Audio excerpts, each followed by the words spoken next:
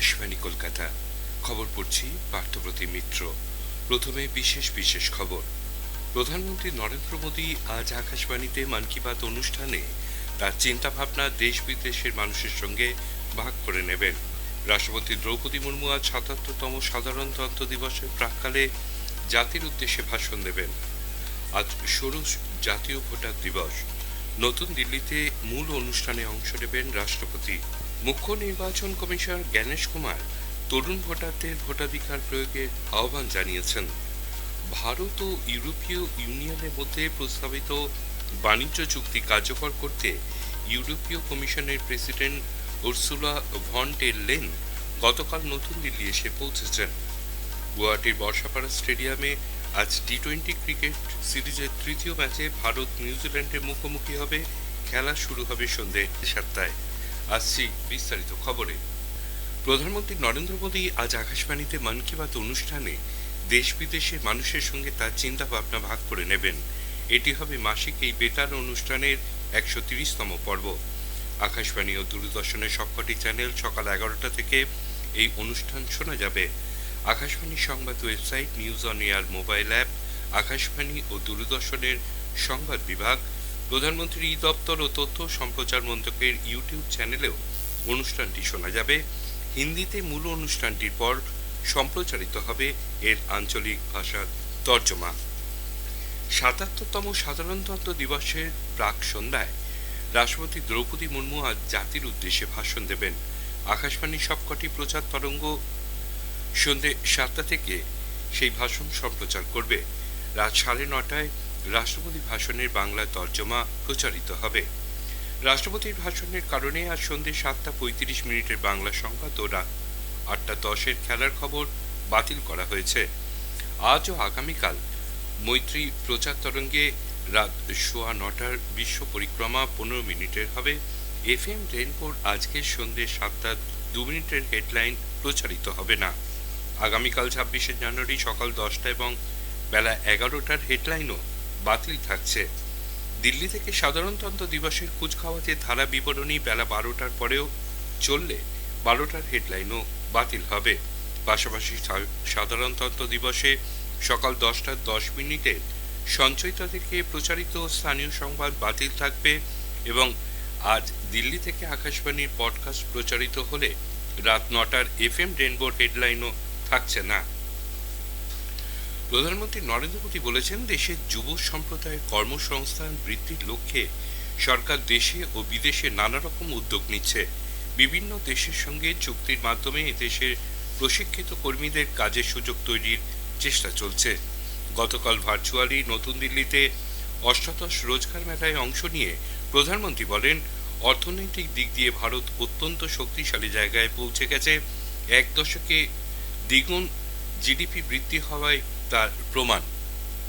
भारत दुनिया की एकमात्र बड़ी इकोनॉमी है जिसने एक दशक में जीडीपी को डबल किया है। आज दुनिया के 100 से अधिक देश भारत में एफडीआई के जरिए निवेश कर रहे हैं। वर्ष 2014 से पहले के 10 वर्षों की तुलना में भारत में 2.5 गुना से अधिक एफडीआई आया है और ज्यादा विदेशी निवेश का अर्थ है भारत के युवाओं के लिए रोजगार के अनगिनत अवसर।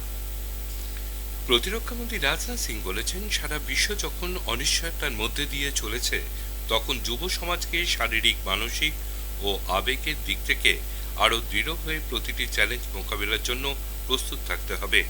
গতকাল দিল্লি ক্যান্টনমেন্টে জাতীয় সমশিক্ষার্থী এনসিসি সাধারণতন্ত্র দিবসের ক্যাম্পে বক্তৃতা দিতে গিয়ে তিনি বলেন, অপারেশন সিন্দুরের সময় দেশ জুড়ে জন সচেতনতা বাড়াতে এনসিসি ক্যাডেটরা গুরুত্বপূর্ণ ভূমিকা পালন করেছিলেন।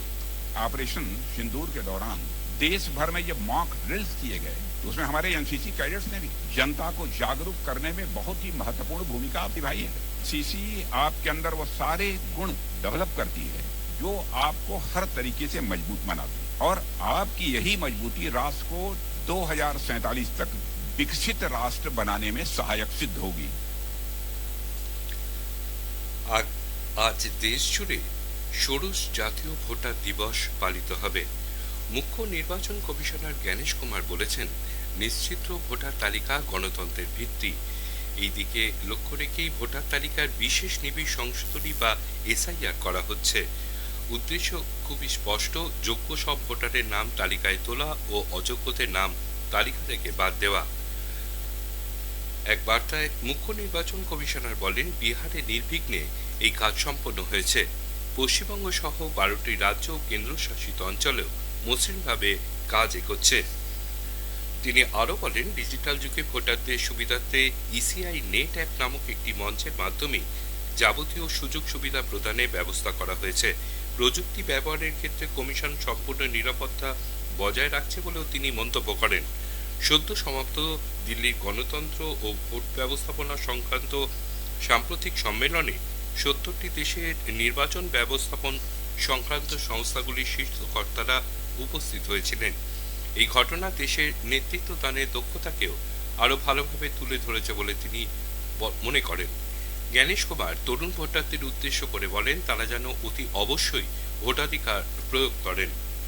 I call upon our young electors to lead the fight against misinformation, disinformation and false narratives. For this, it is essential that they remain fully informed about electoral processes and the various initiatives of the Election Commission and actively disseminate accurate information amongst their friends, families and communities.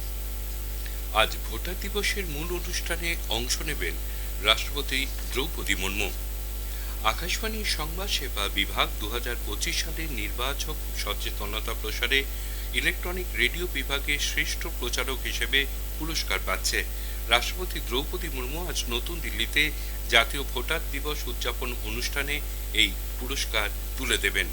এই খবর শুনছেন আকাশবাণী কলকাতা কেন্দ্র থেকে। আমাদের সংবাদ শোনা যাচ্ছে YouTube channel Akashvani সংবাদ বাংলা, ফেসবুক ও ইনস্টাগ্রাম আকাশবাণী সংবাদ কলকাতা এবং এক্স হ্যান্ডেল এআইআর নিউজ কলকাতাতে। ভারত ও ইউরোপীয় ইউনিয়নের মধ্যে প্রস্তাবিত বাণিজ্য চুক্তি নিয়ে কাজ এগিয়ে নিয়ে যেতে ইউরোপীয় কমিশনের president Ursula von der Leyen গতকাল নতুন দিল্লি এসে পৌঁছেছেন। এই সফরের মূল উদ্দেশ্য ইউরোপ ও ভারতের অর্থনৈতিক সম্পর্ক জোরদার করার পাশাপাশি পারস্পরিক সহযোগিতা আরও গভীর করা। এর আগে ইউরোপীয় কমিশনের ভাইস প্রেসিডেন্ট এবং ইউরোপীয় ইউনিয়নের উচ্চ পর্যায়ের প্রতিনিধি কাজা কালাস গতকাল সকালে নতুন দিল্লি এসে পৌঁছন। বিদেশ মন্ত্রকের মুখপাত্র রণদীপ জয়সওয়াল এক সোশ্যাল মিডিয়া পোস্টে বলেছেন, ভারত ইইউ কৌশলগত অংশীদারিত্বকে আরও জোরদার করার জন্য এই সফর বিশেষ গুরুত্বপূর্ণ। কেন্দ্রীয় সংখ্যালঘু বিষয়ক মন্ত্রী কিরেন রিজিজু বলেছেন, গৌতম বুদ্ধের শিক্ষা বিশ্বজুড়ে শান্তি ও সহাবস্থানের পথ দেখাবে। নতুন দিল্লিতে সংস্কৃতি মন্ত্রক এবং ইন্টারন্যাশনাল বুদ্ধিস্ট কনফেডারেশনের যৌথ উদ্যোগে আয়োজিত দ্বিতীয় আন্তর্জাতিক বৌদ্ধ সম্মেলন 2026-এ ভাষণ দিতে গিয়ে মন্ত্রী বলেন, যেসব দেশ আগামী দিনে শক্তিশালী হয়ে উঠতে চায় তাদের গৌতম বুদ্ধের পথ এবং নীতি অনুসরণ করা উচিত। The theme is extremely relevant. The collective wisdom, united voice and mutual coexistence. In this great occasion, Government of India is fortunate to have such a wonderful gathering and to discuss on such critical concept. Today we are witnessing extremely challenging environment and we have a certain duty to contribute. Buddha Dharma is not only for individual peace, but it is for the global peace. ভারতীয় rail চলতি মাসের 22 তারিখে জম্মু কাশ্মীরের অনন্তনাগে 42টি ওয়াগনের একটি সম্পূর্ণ রেখে 2700 metric টনের অধিক চাল সরবরাহ করেছে। রেল মন্ত্রক এক বিবৃতিতে জানিয়েছে, কাশ্মীর উপত্যকায় প্রতিকূল আবহাওয়ার মধ্যেও কম পরিবহন খরচে খাদ্যশস্যের নির্ভরযোগ্য সরবরাহ নিশ্চিত করার লক্ষ্যে এ এক উল্লেখযোগ্য মাইল ফলক। গুয়াহাটির বর্ষাপাড়া স্টেডিয়ামে আজ টি-20 সিরিজের তৃতীয় ম্যাচে ভারত নিউজিল্যান্ডের মুখোমুখি হবে। খেলা শুরু হবে সন্ধ্যে 7:30টায়। ভারত এর আগে নাগপুর এবং নবরায়পুরে প্রথম দুটি ম্যাচ জিতে 5 ম্যাচের টি-20 সিরিজে ইতিমধ্যেই 2-0-তে এগিয়ে রয়েছে। শেষ করার আগে খবরের বিশেষ অংশ আরেকবার। প্রধানমন্ত্রী নরেন্দ্র মোদী আজ আকাশবাণীতে মন কি বাত অনুষ্ঠানে তার চিন্তাভাবনা দেশ বিদেশের মানুষের সঙ্গে ভাগ করে নেবেন।